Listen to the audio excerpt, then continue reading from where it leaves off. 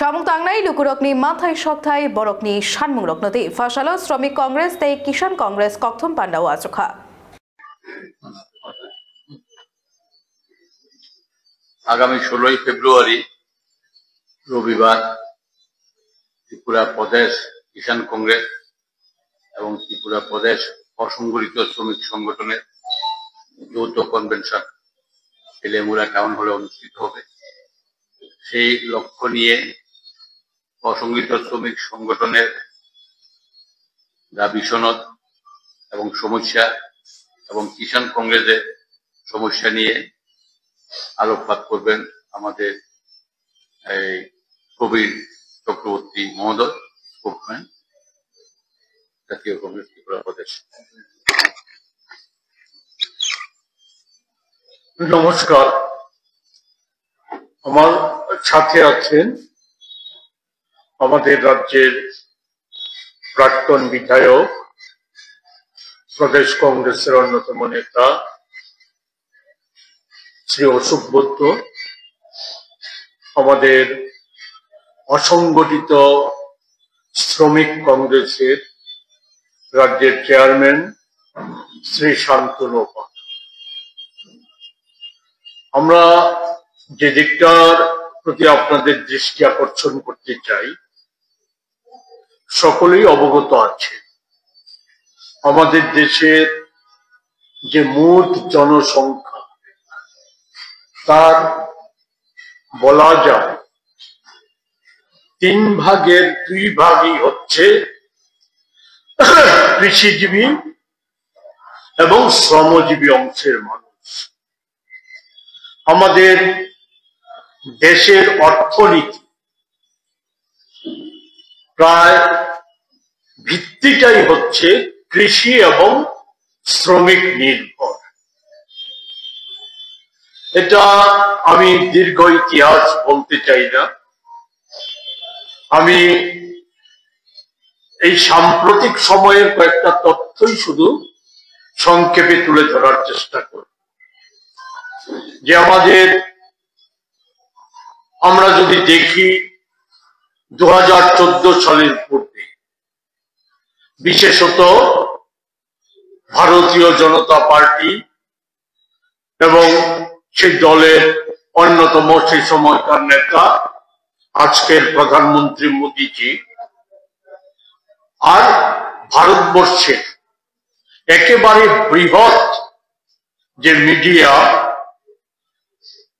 গোষ্ঠী, তাদের একটা বড় অংশ তারা নানাভাবে প্রচার করে আসছিল যে ইউপিএ সরকার সমস্ত দিক থেকে কি ব্যর্থ, শ্রমিক কল্যাণ এবং কৃষক স্বার্থ তাদের হাতে সুরক্ষিত না, তারা ব্যর্থ হয়েছে। আরো নানা বিষয়, দুর্নীতিবাদ, বেকারিত্ব সৃষ্টিকারী, দেশের দুর্দশা সৃষ্টিকারী, এই সমস্ত অসংখ্য অভিযোগ উত্থাপিত করে তাদের ব্যর্থতাকে তুলে ধরেছিল। নানা প্রতিশ্রুতি দিয়েছিল, অনেক প্রতিশ্রুতি, সেগুলি বলতে চাই না। কৃষকদের কল্যাণে, শ্রমিকদের কল্যাণে অনেক সুন্দর সুন্দর প্রতিশ্রুতি, সুন্দর সুন্দর কথা উপস্থিত করেছে। আমরা 2014 সালের পর থেকে আজ পর্যন্ত এবং সম্প্রতি যে বাজেট অধিবেশন চলছে, যে বাজেট পর্যন্ত যদি আমরা একটু চোখ বুলিয়ে নেই, তাইলে কি দেখা যায়? দেখা যাচ্ছে, আমি শুধু প্রথম যদি কৃষক কল্যাণটাই যদি ধরি, কৃষকদের কল্যাণের প্রশ্নে অনেক সুন্দর সুন্দর কথা, এত সুন্দর কথা অতীতে কখনো শোনা যায়নি। আপনারা শুনেছেন কিনা আমি জানি না, কিন্তু আমি শুনিনি। মোদীজি আসার পর নানা সুন্দর সুন্দর প্রকল্প, নানা কথা আমরা শুনতে পাচ্ছি, কিন্তু তার সাথে কাজের কোনো মিল নেই। যেমন ধরুন, প্রকল্প রূপায়িত করতে গেলে পরে অর্থের প্রয়োজন, অথচ মোদীজি এই বাজেট সহ তার আগের 10টা বাজেটে কৃষক কল্যাণ এবং সার্বিকভাবে শ্রমিক কল্যাণ এবং দরিদ্র মানুষের কল্যাণে যে সরকারি প্রকল্পগুলি, এতে বরাদ্দ নিয়মিতভাবে কমে আসছে। কৃষক কল্যাণে আমরা বরাদ্দ কমার সাথে সাথে আমরা দেখেছি এই দুইটা ক্ষেত্রে যে কর্পোরেট, বিশেষ করে মোদির যে বন্ধুস্থানীয় ব্যক্তি যারা কর্পোরেট পুঁজি, তাদেরকে সুবিধা করে দেওয়ার জন্য দেশে যে প্রচলিত কৃষি আইন এবং শ্রম আইনগুলি ছিল, এর মধ্যে 3টা কৃষি আইন পরিবর্তন করে সেখানে কালো কৃষি আইন বলবৎ করা হয়, প্রধানত সেখানে কর্পোরেট পুঁজিকে সুযোগ করে দেওয়ার জন্য, কৃষি ক্ষেত্রেও যাতে অবাধে কর্পোরেট পুঁজি বিচরণ করতে পারে। শ্রম আইনেরও, 4টি শ্রম আইনেরও এই সময়ের মধ্যে সংশোধন করা হয়েছে। আপনারা জানেন যে কালো কৃষি আইনের প্রতিবাদে যে আইন, যখন গোটা দেশ কোভিড কালীন সময়ে একেবারে একদিকে আতঙ্কগ্রস্ত, অন্যদিকে দুর্দশাগ্রস্ত, সেই সময় পার্লামেন্টের সংখ্যাগরিষ্ঠতার জোরে মোদিজি সেই আইনগুলিকে পাস করিয়ে এনে সেই আইনের প্রতিবাদী দেশের 500টা কৃষক সংগঠন 20 সালের 26শে নভেম্বর থেকে লাগাতার আন্দোলন শুরু করে এবং সেই আন্দোলন চলে আপনার 384 দিল্লি অভিমুখী। বৃষ্টি, রোদ, শীত উপেক্ষা করে কৃষকরা সেই আন্দোলন চালিয়েছিল। 750 জন কৃষক সেখানে এই আন্দোলন করতে গিয়ে শহীদের মৃত্যুবরণ করেছিল। অবশেষে 21 সালের 29শে নভেম্বর মোদিজি বাধ্য হয় সারা দেশে জনমত সৃষ্টি হওয়ার ফলে এই আইন প্রত্যাহার করতে, পার্লামেন্টে সিদ্ধান্ত নিয়ে ঘোষণা করে এই প্রত্যাহারের। সেই সময় কৃষকদের সংগঠনের সাথে লিখিত চুক্তি হয়েছিল। সেই চুক্তিতে ছিল, অন্য সব বিষয় বলতে চাই না, স্বামীনাথন কমিশনের যে সুপারিশ, সেই সুপারিশ অনুযায়ী কৃষকদের ফসলের ন্যূনতম মূল্য, যাকে বলা হয় MSP, তা C2 প্লাস 50% ভিত্তিতে কার্যকরী করা হবে। সার, বীজ সহ কীটনাশক, কৃষি সামগ্রী এইগুলিতে ভর্তুকি যা ছিল এটা বাড়ানো হবে। কৃষকদের ঋণ যা ছিল এককালীন মুকুব করে দেওয়া হবে এবং সেখানে পেনশন, কৃষি পেনশন, কৃষকদের পেনশন চালু করা হবে। কিন্তু দুঃখের বিষয়, মোদিজি অন্যান্য প্রতিশ্রুতিগুলি যেমন দেশে রক্ষা করেননি, এখানে এই সময়ে দেওয়া মোদিজির পার্লামেন্টের ভেতরে সেই প্রতিশ্রুতিকেও রক্ষা করেনি। এর পরিবর্তে আমরা দেখলাম সেখানে একটা আইন আনার চেষ্টা করেছে, যে কৃষকদের ঘুরপথে একটা আইন আনার চেষ্টা করেছে, ন্যাশনাল এগ্রিকালচার পলিসি নামে, যাতে কর্পোরেটদের আরো বেশি সুবিধা করে দেওয়া হয়েছে। এই আইন যদি কার্যকরী হয় তাহলে কৃষকদের দুরবস্থা আরো বাড়বে। এটা মানে এরা বলছে এই আইনে কৃষকরা সুরক্ষা পাবে। কি সুরক্ষা পাবে সেটা বোঝা যাচ্ছে। আমরা যদি দেখি যে কৃষি ক্ষেত্রে কৃষকরা বলা হচ্ছে 22 সালের পর আর এই কথাটা বলে না, কৃষকদের আয় দ্বিগুণ হয়ে গেছে।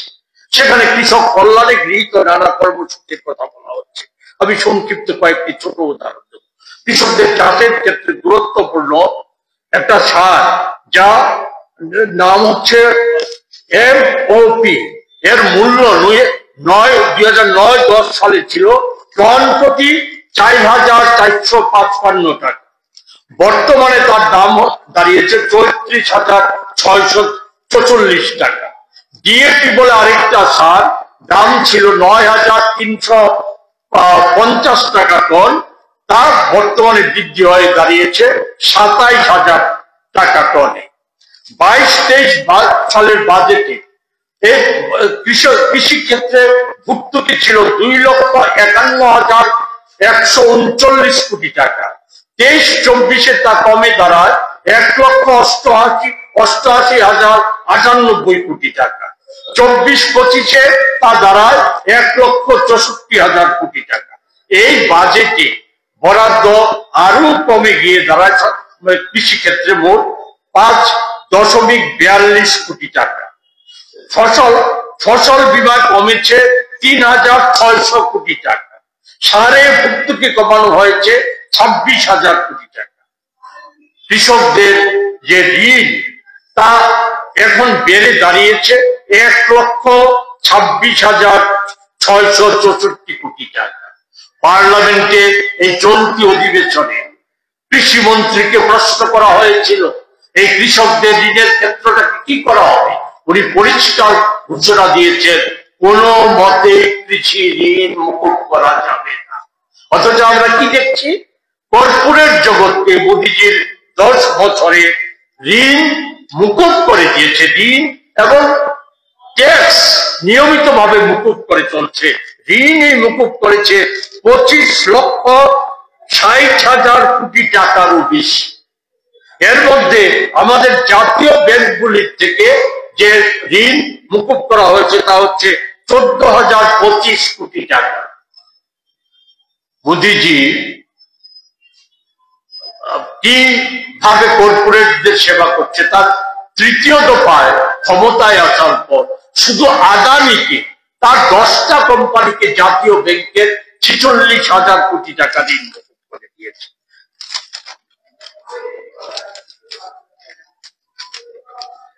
এই হচ্ছে সারা দেশে কৃষি ক্ষেত্রে কৃষক কল্যাণের সাধারণ চেহারা।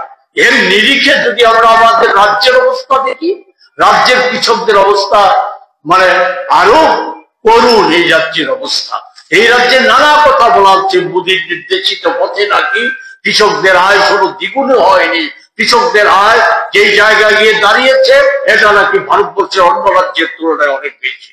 আমি সে প্রসঙ্গে আমি শুধু সরকারের দেওয়া কয়েকটা তথ্য শুধু তুলে ধরতে চাই। কৃষি আয়, কৃষকদের আয় যার উপর নির্ভর করে সে হচ্ছে কৃষি উৎপাদন। কৃষি উৎপাদনে ধানের উৎপাদন ছিল 17-18 অর্থবর্ষে আমাদের ধানের উৎপাদন ছিল 8,12,090 মেট্রিক টন। 23-24 তা দাঁড়িয়েছে 7,92,406 মেট্রিক টনে। 2017-18 সালে গমের উৎপাদন ছিল 336 মেট্রিক টন।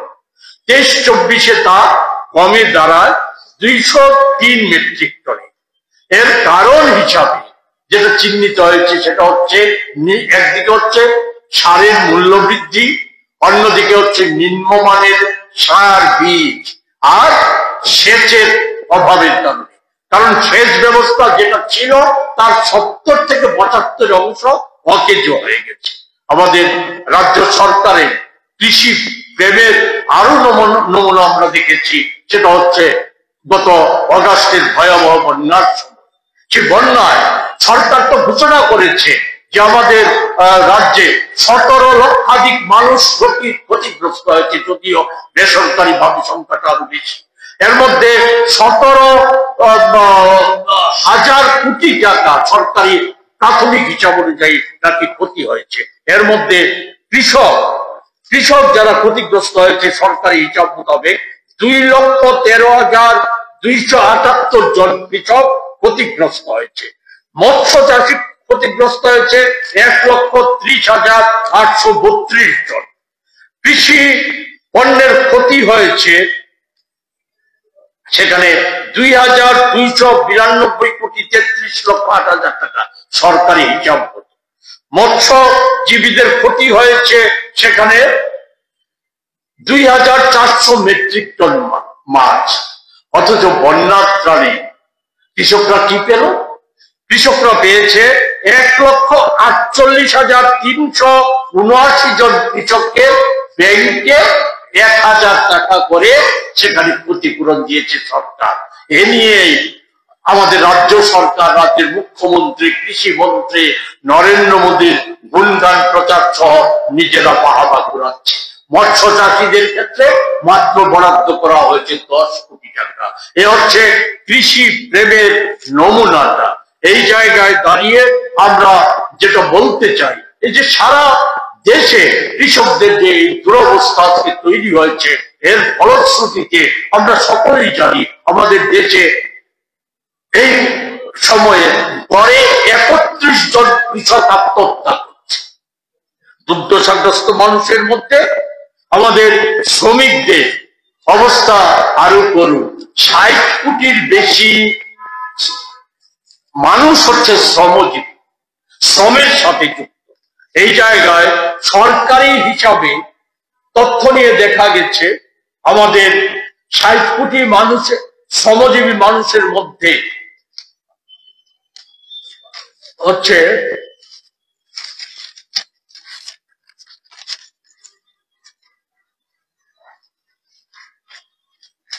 অধিকাংশই হচ্ছে অসংগঠিত ক্ষেত্রের শ্রমিক।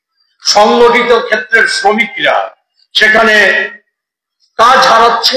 মুদি জমানায় আমি একটা ছোট্ট তথ্য আপনাদের দিচ্ছি।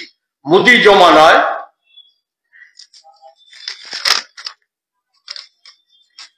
আপনার ইউপিএ সরকারের সময় বলা হচ্ছে, নানা কথা বলা হচ্ছে, নূতন উৎপাদনমুখী শিল্প গড়ে উঠেছিল 1 লক্ষ। আর মুদি জমানায় 24 সালের ডিসেম্বর পর্যন্ত যে হিসাব, সেই হিসাব হচ্ছে উৎপাদনমুখী শিল্প তৈরি হয়েছে, নূতন শিল্প তৈরি হয়েছে 22,000।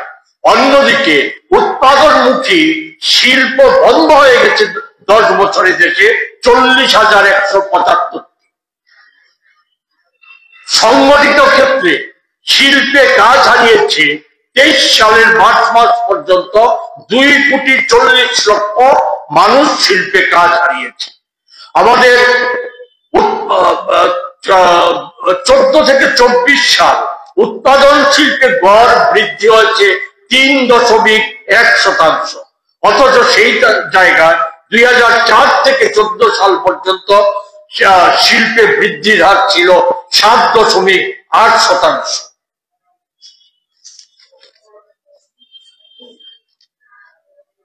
আমাদের এই সময়ে আমাদের দেশের যে আর্থিক অবস্থা সেটা সকলেই জানি।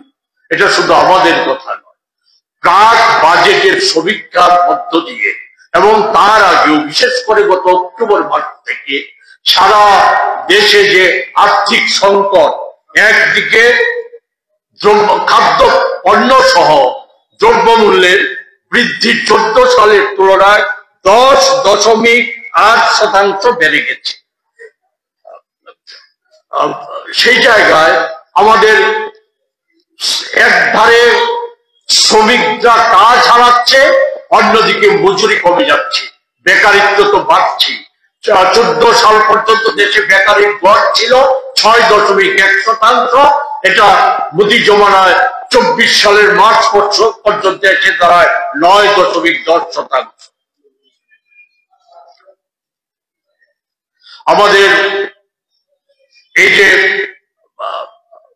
বিভিন্ন অর্থনৈতিক সমীক্ষক সংস্থা, IMF, বিশ্ব ব্যাংক, ADB বা আমাদের দেশে প্রথিতযশা যে সমস্ত আর্থিক প্রতিষ্ঠানগুলি, অর্থনৈতিক ব্যক্তি বিশেষজ্ঞরা, এমনকি প্রধানমন্ত্রীর মুখ্য অর্থনৈতিক উপদেষ্টা বা পূর্বের অর্থ সচিব গর্গ সাহেব, তারা যে তথ্য দিয়েছে সেই তথ্য হচ্ছে যে আমাদের সংগঠিত ক্ষেত্রে শ্রমিকদের আয়, আমি 14 সালের তুলনা করতে চাই না, 17-18 সালের তুলনায়, যেখানে 17-18 সালে 12,665 টাকা থেকে কমে 11,858 টাকায় দাঁড়িয়েছে এই সময়ে। মহিলা শ্রমিকদের আয়, এটা হচ্ছে পুরুষ শ্রমিকদের, মহিলা শ্রমিকদের আয় 10,116 টাকা থেকে কমে 8,592 টাকা এসে দাঁড়িয়েছে। মহিলা স্বনির্ভর যে সংস্থাগুলি আছে, যুক্ত মহিলারা, তাদের মাসিক আয় 5,953 টাকা থেকে কমে দাঁড়িয়েছে 5,497 টাকা।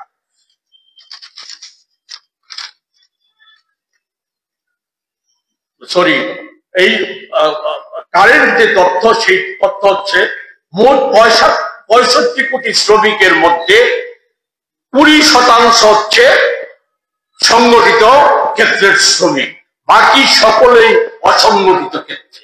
অসংগঠিত ক্ষেত্রের শ্রমিকদের দুর্দশা তো ভয়ঙ্কর। আমি ছোট্ট দুটো তথ্য দিয়ে আমি শেষ করব। অসংগঠিত শ্রমিকদের যে সুরক্ষার প্রশ্নে, বিশেষত নির্মাণ শ্রমিক সহ যারা নানা ক্ষেত্রে কাজ করে, অসংগঠিত ক্ষেত্রে কায়িক শ্রমে কাজ করে, তাদের জন্য একটা শ্রমিক কল্যাণ তহবিল তৈরি করা হয়েছে। সেই শ্রমিক কল্যাণ তহবিলে আপনার জমাকৃত যে টাকা, সেই টাকার থেকে, সেই তহবিলের যে আইন ছিল, ইউপিএ সরকারের সময় যে আইন ছিল, সেই আইন বর্তমান সময়ে তো বাতিল করা হয়েছে। সেই তহবিলের টাকা থেকে যে সুযোগ সুবিধাগুলি শ্রমিকদের প্রাপ্য ছিল, সেই সুযোগ সুবিধাগুলি পাচ্ছে না। টাকা ছিল 1,17,507 কোটি 22 লক্ষ টাকা। এটা কমতে কমতে বর্তমানে সেই তহবিলে আছে 70,744 কোটি টাকা। আমাদের রাজ্য সরকারের তহবিলেও এই তহবিলের টাকা আছে। সেই টাকা শ্রমিক কল্যাণে আজ আর ব্যয় করা হচ্ছে না। সেই টাকার হদিশ কেউ জানে না, সেই টাকা কোথায় আছে, কিভাবে আছে।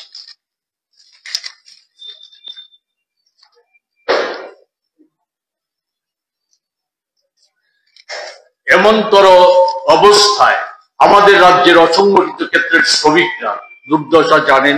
ম্যালেরিয়া প্রকল্পের শ্রমিকরা কাজ হারা দীর্ঘদিন যাবৎ, তাদেরকে পুনরায় চাকরিতে নিযুক্ত করার দাবি আমরা করছি। সর্বভারতীয় ক্ষেত্রে যেমন দাবি আছে,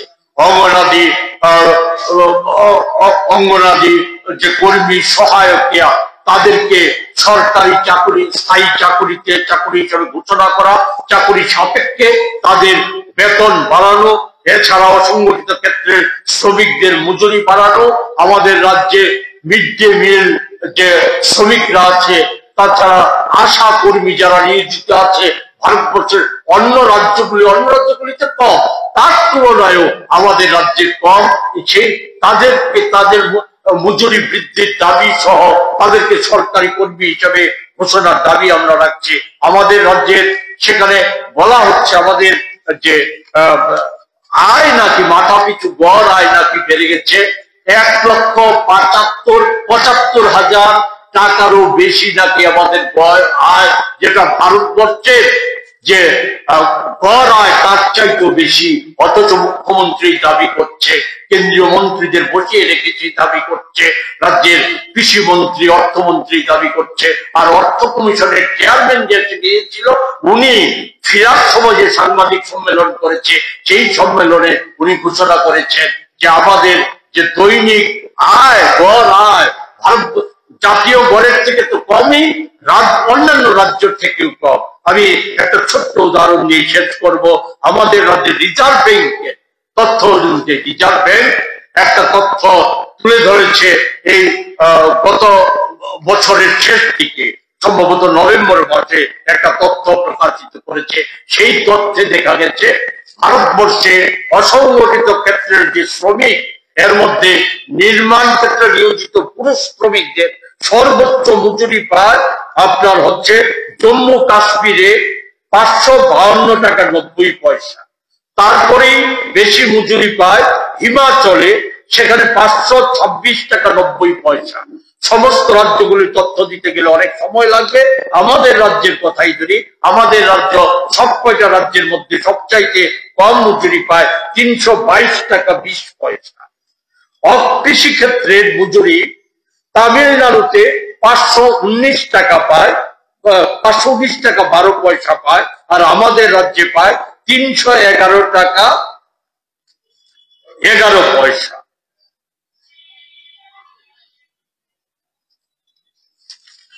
এই হচ্ছে আমাদের সার্বিক চিত্র, কৃষি এবং শ্রমিক ক্ষেত্রে সার্বিক চিত্র। অথচ এটাই হচ্ছে আমাদের অর্থনীতির মূল ভিত্তি। আমাদের মোদী সরকার বলে আমরা অর্থনৈতিকভাবে সমৃদ্ধ হচ্ছি। মোদী সরকার সম্প্রতি বাজেট অধিবেশন চলাকালীন সময়েও কতগুলি সরকারি প্রকল্পে বলে বেড়াচ্ছে ভারতবর্ষ নাকি এখন বিনিয়োগের অন্যতম ক্ষেত্র, বিদেশি বিনিয়োগরা নাকি এই সময় ভারতবর্ষে বিনিয়োগ করছে। অথচ সরকারি তথ্য থেকে দেখা গেছে আমাদের দেশ থেকে যে বিদেশি বিনিয়োগকারীরা এই সময় পর্যন্ত ফেব্রুয়ারি মাসের প্রথম সপ্তাহ পর্যন্ত 17 লক্ষ কোটি টাকা বিনিয়োগ তুলে নিয়ে গেছে। আমাদের ঋণের পরিমাণ, সরকারের ঋণের পরিমাণ সে হচ্ছে জিডিপির 83%, সাথে আছে গুপ্ত ঋণ। এক কথায় বলা যায় ঋণের ভারে আমরা রুদ্ধ হয়ে গেছি। আমাদের দেশের অর্থনৈতিক অবস্থা যাই লুকুচুকু করার চেষ্টা করো, নানা কথা বলছে। আমরা আজকে নানাভাবে প্রচার মাধ্যমে এগুলি বেরিয়ে আসছে, আমাদের দুর্দশার চিত্র, দরিদ্র মানুষের দুর্দশার চিত্র এগুলি বেরিয়ে আসছে। এগুলি নিয়ে বলতে যে কৌশল বাবা আছে, শান্তনু বাবা আছে, এরা চুপ করার থাকলে চুপ করবেন। আমাদের যে বৈদেশিক মুদ্রা ভান্ডার এটাও ভয়ঙ্কর ভাবে কমে গেছে। এটা এই সময়ের মধ্যে গত কয়েক মাসে 5,690 বিলিয়ন ডলার কমে গিয়ে বর্তমানে দাঁড়িয়েছে 6,34,585 বিলিয়ন ডলার, যা গত 10 বছরের তুলনায় সর্বনিম্ন। এটা আমাদের মনে করিয়ে দিচ্ছে চন্দ্রশেখরজি মন্ত্রিত্বকালীন সময়ের অবস্থাকে। তাই এই অবস্থায় দাঁড়িয়ে আমাদের এই কনভেনশনটা অত্যন্ত গুরুত্বপূর্ণ, এটা গুরুত্বপূর্ণ ক্ষেত্র। এই ক্ষেত্রে আমরা সর্বভারতীয় পরিস্থিতির নিরিখে এবং রাজ্যের পরিস্থিতির নিরিখে যে দাবি সনদ তৈরি করেছি, সর্বভারতীয় দাবি সনদের সাথে এই দাবিতে আমরা রাজ্যব্যাপী এই কৃষক শ্রমিকদেরকে আরো বেশি বেশি করে সংগঠিত করে আমরা দেশের এই যে অরাজক অবস্থা, অর্থনৈতিক অবস্থা, এর প্রতিবাদে আন্দোলনে সামিল করার আমাদের কাছে বিকল্প কোনো পথ খোলা নেই। এই ক্ষেত্রে কথা বলি, শুধু শেষ করবো, মোদী জমানায় বিকশিত হচ্ছে শুধু ধন কুবেররা আর অসৎ উপায়ে যারা অর্থ উপার্জন করছে, আর শ্রমিক, কৃষক সহ বেকার যুবক সর্ব অংশের মানুষ উপেক্ষিত। এর থেকে দেশটাকে, মানুষকে রক্ষা করতে গেলে পরে যত দ্রুত সম্ভব বিজেপি শাসনের অবসান ঘটাতে হবে। এই অবসান ঘটানোর জন্য আমাদের সংগ্রাম একে আরো তেজি করার জন্য, শক্তিশালী করার জন্যই প্রদেশ কংগ্রেস পর্যায়ক্রমে আমরা আমাদের সংগঠনকে আন্দোলনমুখী করে তোলার প্রচেষ্টা গ্রহণ করেছি। এর নিরিখে 16 তারিখ আগামী পরশু আমাদের যে কনভেনশন হতে যাচ্ছে, তার পরবর্তী সময়ে আমরা এই নির্দিষ্ট দাবি সনদে আরো রাজ্যের প্রয়োজনীয় দাবিগুলিকে ভিত্তি করে আমরা রাজ্যব্যাপী আরো বৃহত্তর আন্দোলন করে তুলব। এই ক্ষেত্রে প্রচার মাধ্যমের আমরা সম্পূর্ণ সহযোগিতা কামনা করে আমার কথা বলা শেষ করছি। আমি মার্জনা চেয়ে নিচ্ছি, হয়তো খানিকটা বেশি সময় লেগে গেছে, তার জন্য একটু মার্জনা চেয়ে